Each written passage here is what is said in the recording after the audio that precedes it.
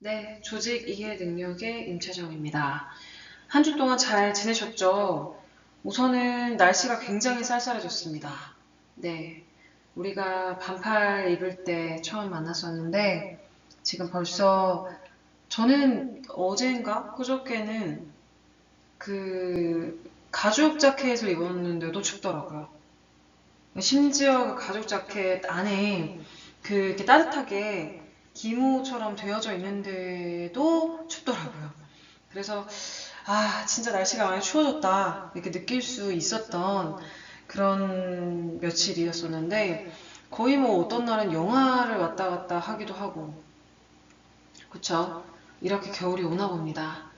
사실 뭐 올해 초에 2월 달이었었죠. 물론 뭐 중국에서는 뭐 2019년도 12월 정도쯤에 이미 시작이 되긴 했지만 우리나라는 이제 본격적으로 코로나의 영향을 받기 시작했었던 게 2월이었었는데 참 빨리 지나갈 거다라고 얘기하면서 우리가 스스로를 되게 위로했었던 게 벌써 1년이 다 돼가려고 하네요. 네, 그래서 참 적응한 우리도 대단하고 적응이라는 것을 앞으로도 계속 해야 된다라는 게 좀 안타깝긴 하지만 뭐 지금까지 뭐 내적으로 내부적으로도 그렇고 외부적으로도 그렇고 많은 상황들을 그래도 다 우리나라뿐만 아니라 전 세계 모든 사람들이 잘 이겨낸 걸 보면 이번도 역시나 잘 이겨낼 거라고 생각합니다. 네, 그래서 오늘 같은 경우는 조직의 구조에 대해서 살짝 얘기를 좀 해볼 겁니다. 우선은 우리가 직업인으로서 이런 얘기를 하고 있잖아요. 뭐 아직은 아니죠. 아직은 우리가 직업인이 아니긴 하지만 우리가 직업인이 되게 되면 내가 맡은 업무를 수행한다라고 해도 조직 안에서 한 구성원이기 때문에 조직 내의 다른 사람들하고 뭔가 상호작용을 필요가 좀 있죠. 특히 요즘에 제가 잠깐 뭐 코로나 얘기도 잠깐 했지만 환경 변화에 이제 적극적으로 대응하기 위해서 조직의 구조가 유기적으로 변화하고 그 다음에 상호 의사소통의 기회가 증가하고 있는데 아마 앞으로는 더 다양한 방식으로 의사소통에 대한 여러 가지 통로라든가 기회가 증가하게 될 거고 물론 이거는 직업적인 여러 가지 변화도 많이 가져올 것으로 여러분들도 당연히 예측을 하시고 계시겠죠. 그래서 현대사회를 우리가 살아가고 있는 직업인이 된다라고 하면은 내가 어떤 조직에 속하건 간에 내가 속한 조직의 구조를 이해하고 이것을 뭐 내 업무에 적용할 수 있는 능력이 어떻게 보면 내가 직업적으로 가지고 있어야 될 능력들만큼이나 중요하게 여겨지는 능력이 될 수 있고 또 이거는 직업적으로도 필수적으로 요구될 거라고 생각이 됩니다. 그래서 조직의 구조를 모두 다 살펴보기는 굉장히 어렵겠지만 일부 조금 살펴보면서 조직의 구조가 우리가 알았었던 수직적인 구조만 있는 건 아니라는 걸 요번에 수업을 통해서 좀 알아보도록 하겠습니다. 조직이라고 한다면 기본적으로 일정한 양식이랑 관계가 확립이 되어져 있잖아요. 그렇기 때문에 조직 구성원들은 이런 유형화된 형태에 따라서 각자 그 조직의 특성에 맞게 상호작용을 좀 하고 있습니다.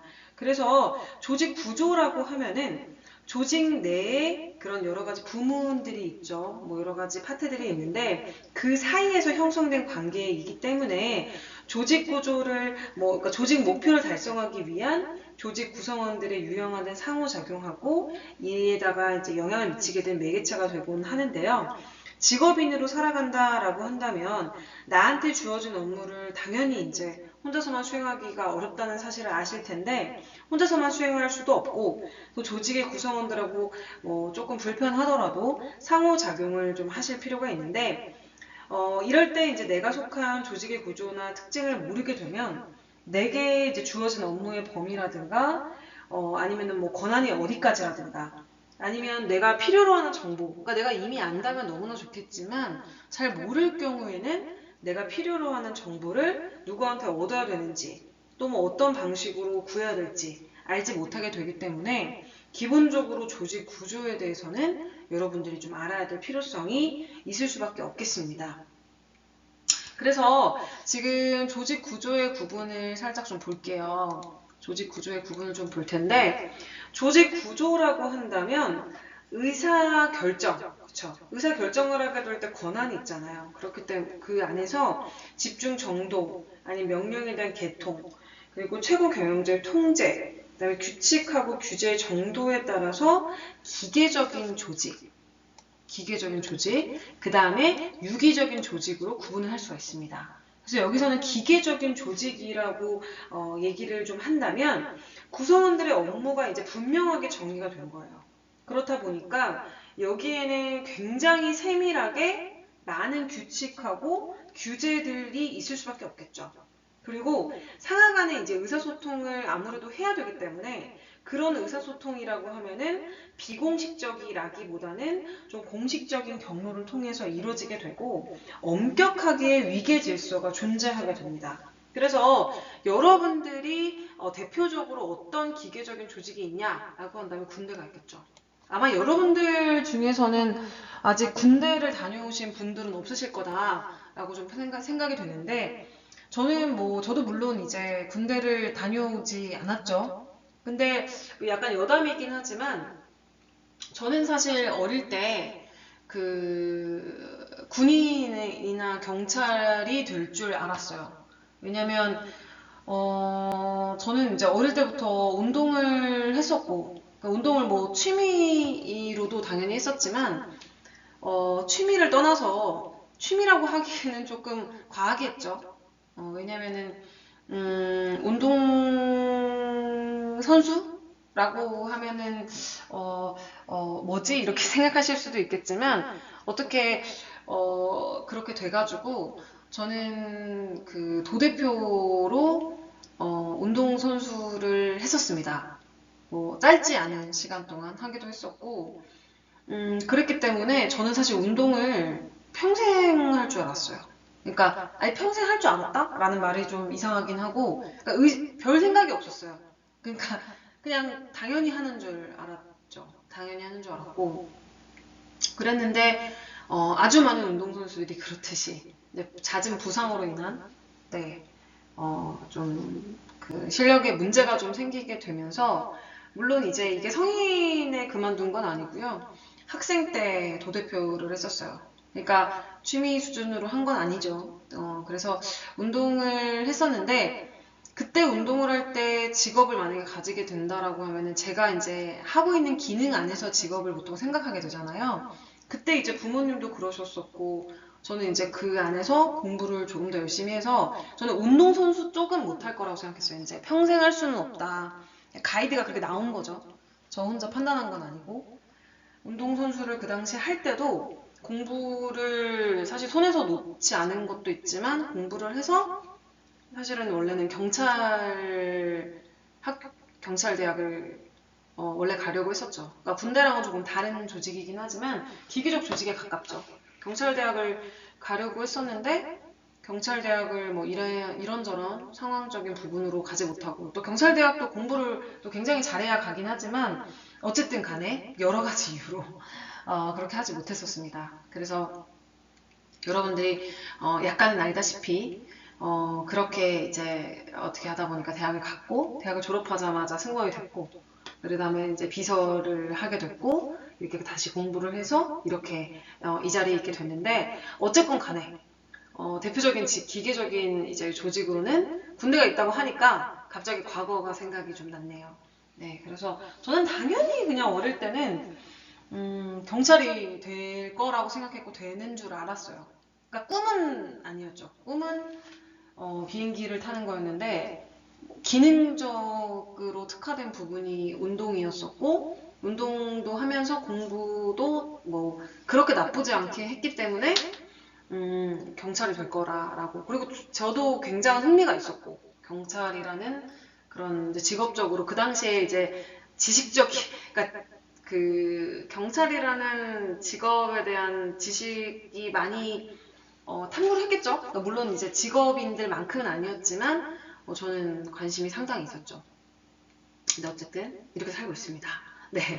그리고 반면에 유기적인 조직이라고 한다면 의사 결정에 대한 권한이 하부 구성원들한테 많이 되어져 있어요. 그래서 업무가 고정되지도 않았고 뭔가 공유가 가능한 조직입니다. 네.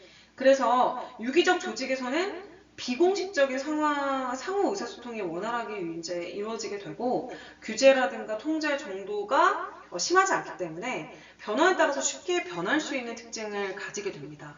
그래서 이런 조직 같은 경우는 제가 전에도 잠깐 말씀드렸었지만 뭐 페이스북이라든가 영화를 만드는 뭐 픽사라든가 아니면은 뭐 여러분들이 많이 알고 있는 뭐 구글이라든가 애플 뭐 이런 조직에서 물론 각자의 조직의 명칭은 조금 다르지만 그런 형태로 많이 가고 있습니다. 그래서 유기적인 조직을 설명할 때는 보통 우리나라에 있는 조직들은 아직까지 예시로 되고 있는 조직은 계속 유구하게 되고 있는 조직은 많이 없고요.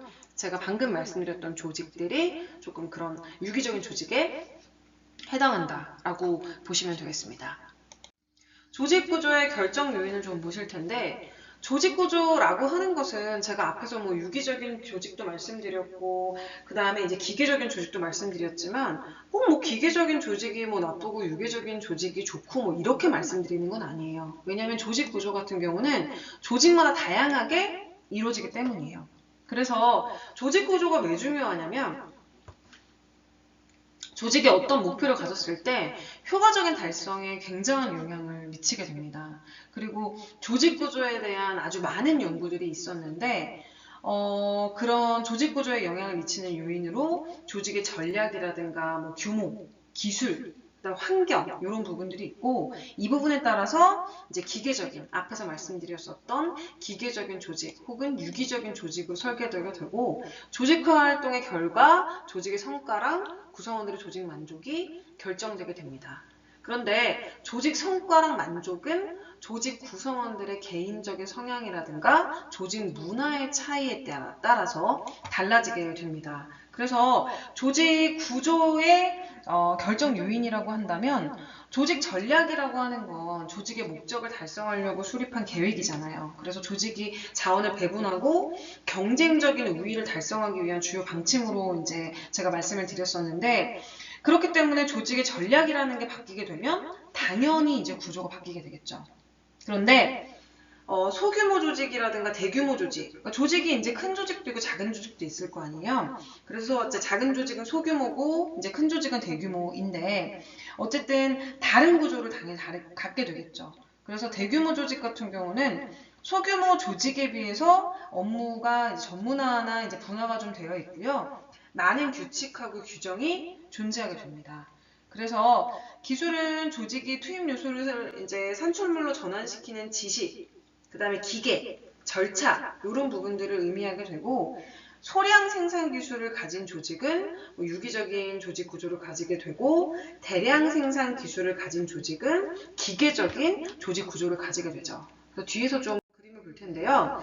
방금 말씀드렸던 부분이에요. 조직 구조의 결정 요인이고 그 다음에 조직 구조의 설계고 그래서 그거에 따른 그쵸? 결과는 조직 만족과 성과로 나오게 되는 거죠. 그래서 조직은 환경 변화에 적절하게 대응해야 되기 때문에 환경에 따라서 그쵸? 환경에 따라서 그 조직의 구조가 좀 달라지게 됩니다. 그래서 안정적이고 뭔가 확실한 환경에서는 기계적 조직이 좀 중요하고 급변하는 환경에서는 유기적인 조직이 적합한 거예요.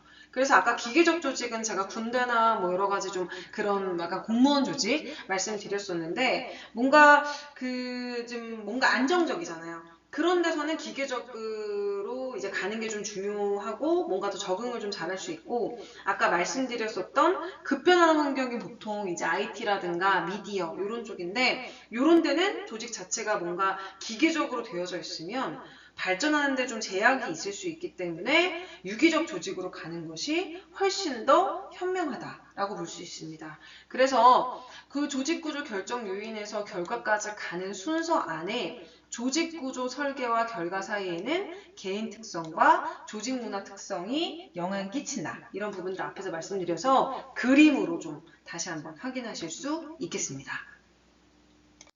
조직 구조의 이제 형태를 보시게 되면 조직도를 좀 보시면 아실 텐데 조직도를 살펴보게 되면은 조직의 내적인 구조는 사실 볼 수가 없어요. 그쵸? 그런데 구성원들의 임무라든가 수행하는 과업, 그 다음에 일하는 장소, 그쵸? 일하는 방식, 이런 부분들에 대한 체계를 알 수 있기 때문에 조직 구조를 보게 되면 조직을 이해하는데 굉장히 유용하다라는 부분들을 아실 수 있어요. 그래서 조직도를 통해서 조직이 어떻게 구성되는지 알 수 있고 조직에서 어떤 일을 하는지 대충 보는 거예요. 이게 모든 여러분들이 아직 회사를 안 다녀보셨고 조직의 이제 경험이 저보다 상대적으로 적을 수 있죠. 그렇기 때문에 말씀을 드리면 조직 구조를 봤었을 때 모든 조직 구조가 발음이 왜 안 되죠? 모든 조직 구조가 비슷한 형태나 똑같은 형태로 가는 것이 절대 아닙니다. 좀 다른 형태로 가요. 그래서 조직 구조만 보게 되면 그 조직이 어떻게 흘러가는지 보통은 파악을 하실 수가 있다라는 말씀을 좀 드리는 겁니다. 그리고 어떻게 상호작용하는지도 알 수 있고요. 그래서 대부분의 조직 같은 경우는 이제 보시면 아시겠지만 최고 경영자, CEO죠.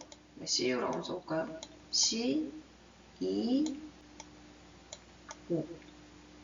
네, 보통은 CEO가 조직에서 최상층에 있는 사실을 좀 보실 수 있어요. 그리고 조직 구성원들이 단계적으로 배열되어 있는 구조. 이 밑에 또 이제 이렇게 있겠죠.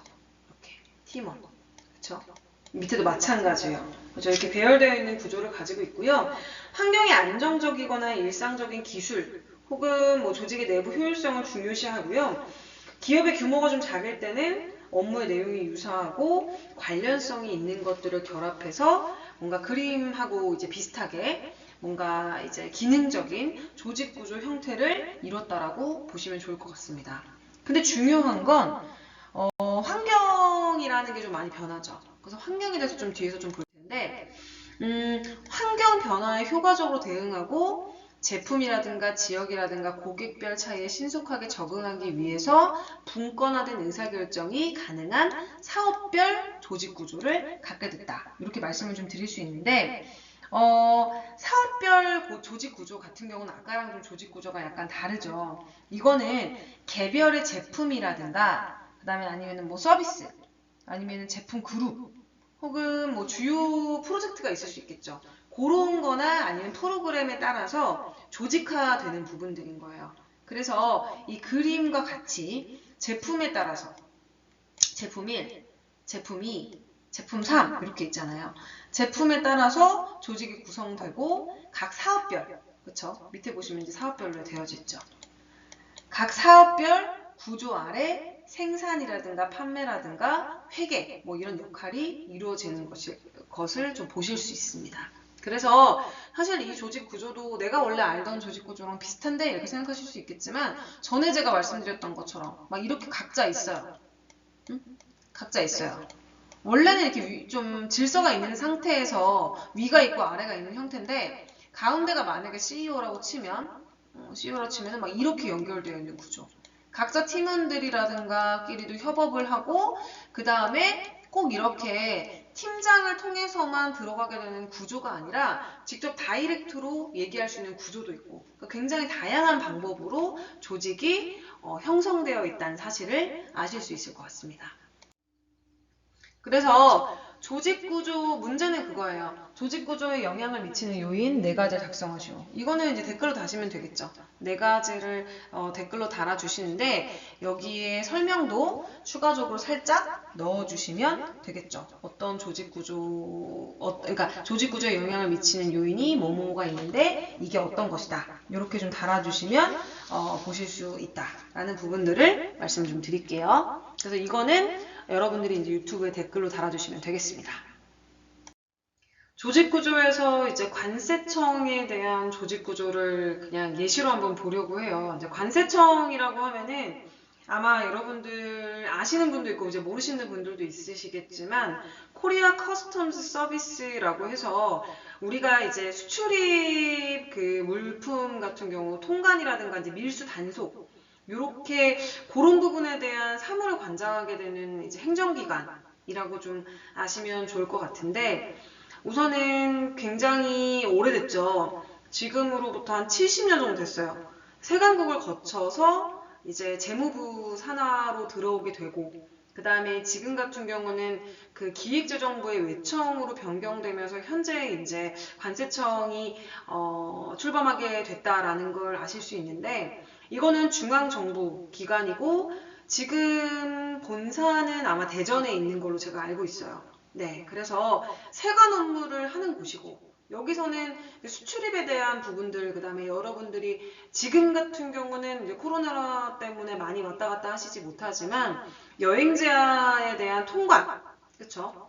수입 물품에 대한 관세, 뭐 아니면은 뭐 재정 수입을 아무래도 내국세 부과를 하기 때문에 재정 수입을 좀 확보하고 밀수, 아마 이런 거 많이 그 뉴스에서 많이 들어보셨죠?